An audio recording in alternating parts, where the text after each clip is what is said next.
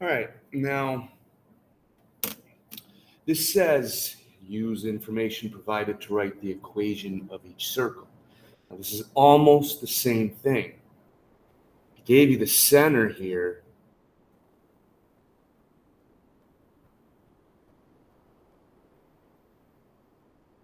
But instead of the radius, I gave you a point on the circle. Now, if we connect those, that's the radius. But, the coordinates don't help me. I need this length or this distance.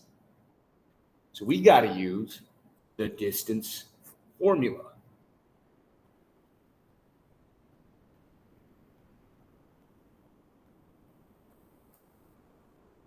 So when they give you the center and a point on the circle, you got to do the distance formula first before we go to the circle equation formula. This gives us the radius. So we plug the numbers in. 7 minus 10 squared, 13 minus 9 squared. Now, you can absolutely just type this whole thing in, but, and this really isn't that big of a deal, we want our squared. So if I take the square root, then square it, it just cancels out the square root anyway. So if you're thinking ahead of time, if I want to avoid squaring, I'm going to type in the square root. I'll just do what's underneath it. Again, this only works because we're just going to end up, if I take the square root, I'm just going to square it anyway to get this 25. So the way it would work, I take the square root, I get 5. Then when I go back to my equation, I'd square it to get the 25 again. So all I did right there was just skip that step. If you don't remember to do that, just take the square root, then square it, and get the same thing. Now, just be careful. When they give you the point on the circle, don't accidentally use that in the circle equation. Remember, that's the center. Done. So, likewise on 2 here, we got to use the distance formula first. X minus X, Y minus Y. Now, like I said, absolutely, you can type that in with the square root sign, second square root, parentheses 7 minus 2 squared, plus parentheses 15 minus 3 squared. But on the next step, I got 13, I just square it anyway. And if you had typed that in without the square, 13 squared is 169.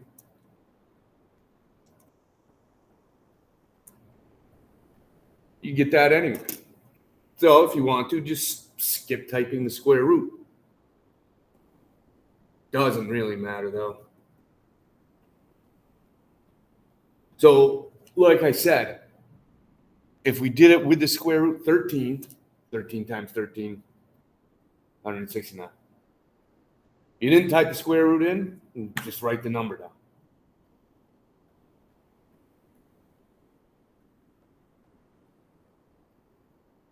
So we got -3 minus -1. You can change that to +1 if you want.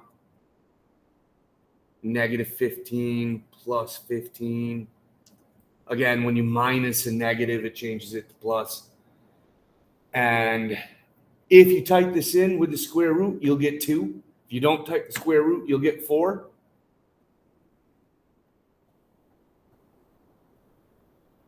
And 4 is 2 squared. So that's what goes there. All right. So when you get the center and a point on the circle, do the distance formula first.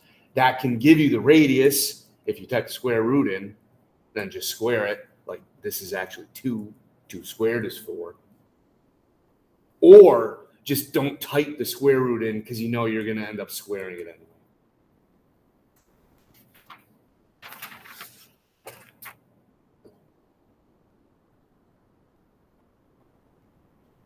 Now, this is a little trickier.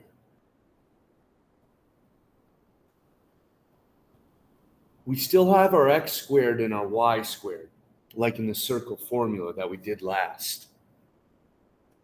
But this time, it's not in the same form. Now, completing the square should have been something done in algebra. Who knows? So if this is completely new to you, just try to figure it out the best you can here. Now, what we do, I want my x's all together. So x squared minus 6x.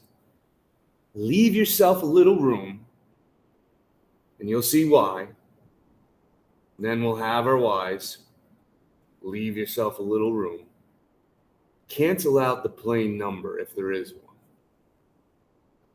to move it to the other side. So that right there wasn't completing the square yet.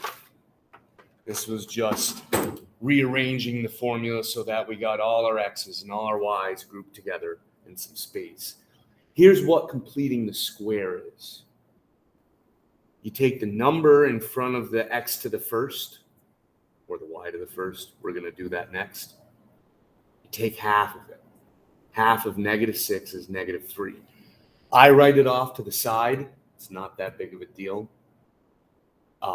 But especially if it's negative, I find that helps people not forget the negative, but it doesn't really matter. So completing the square, take half, then you square it. Negative times a -3 is a positive. 3 times 3 is 9. Whatever I do to one side, do to the other. Do it again for the y. Half of 24 is 12. 12 times 12 is 144. I added 144. Whatever I do to one side, do to the other side. Now, what happens here? If we think back to the factoring we reviewed or learned for the first time, should have been in algebra again, but anyway, this would factor into x minus 3 and another x minus 3. And you don't have to write that down because 3 times 3 is 9 and -3 plus -3 is -6.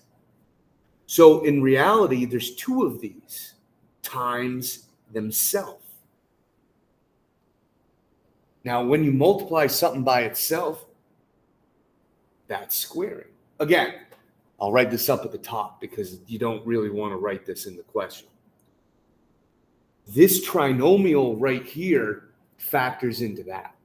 When you multiply something by itself, you're squaring it. That's why this works. That's how this whole thing works. So, same idea for the y. The half was 12, so that goes in the parentheses. And then this all adds up to 36. Now it looks more familiar. Now, I didn't ask this. It just says write it in standard form, which is what we've done right here.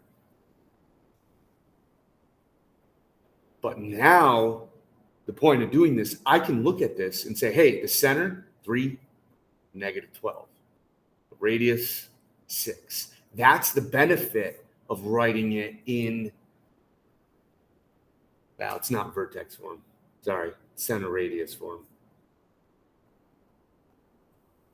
I changed this from a algebra worksheet with a parabola. Anyway. So we want to rearrange our x's. Leave yourself some room. rearrange your y's, cancel the plain number out to the other side. Oops, forgot to leave myself a little bit of room there. Slide that over.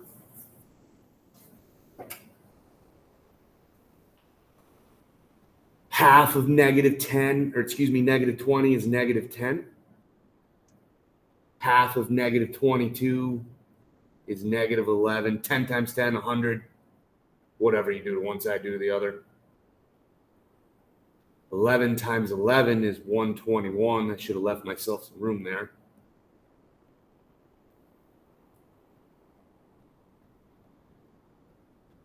The half goes in the parentheses with x.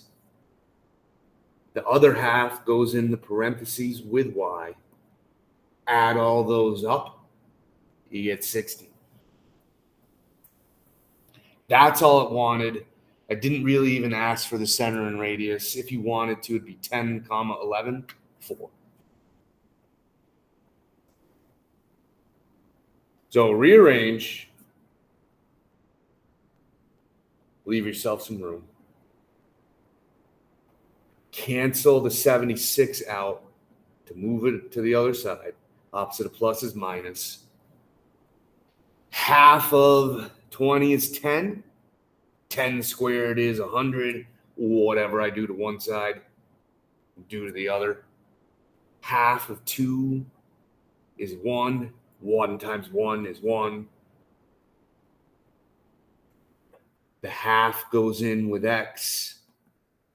The other half goes in with y. Add these up. 25. And this is the standard form right here. That's the formula I gave you on the previous lesson. So that's what we wanted. If it had asked for the center and radius, negative 10, comma, negative 1, 5. The square root, don't forget that. Number 4, rearrange it. Whoa, hey. All I have is y squared. So I don't really have to do anything there.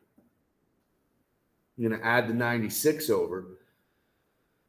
There's no y to the first power here like there is x to the first. So I don't have to complete the square. And I'll talk about how the equation would work with this one in a second here. Half of negative 4 is negative 2. Negative 2 squared is 4.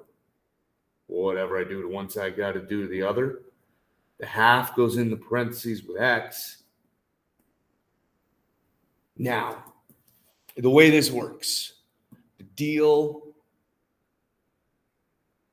when there is no number in with the y squared, like here we have a 2. Think about it. What number can you add to another that doesn't change it? Well, 0. 7 plus 0, didn't change it, still 7. 100 plus 0, still 100. Negative 10 trillion plus 0, still negative 10 trillion. So when there is no number here, it's like there's a 0.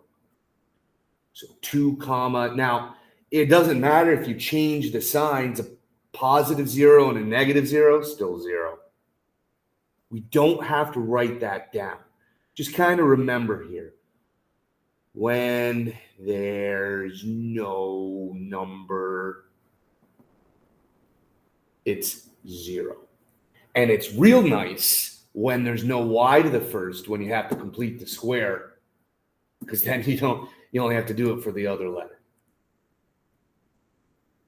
So this is the answer to what we're doing for this lesson.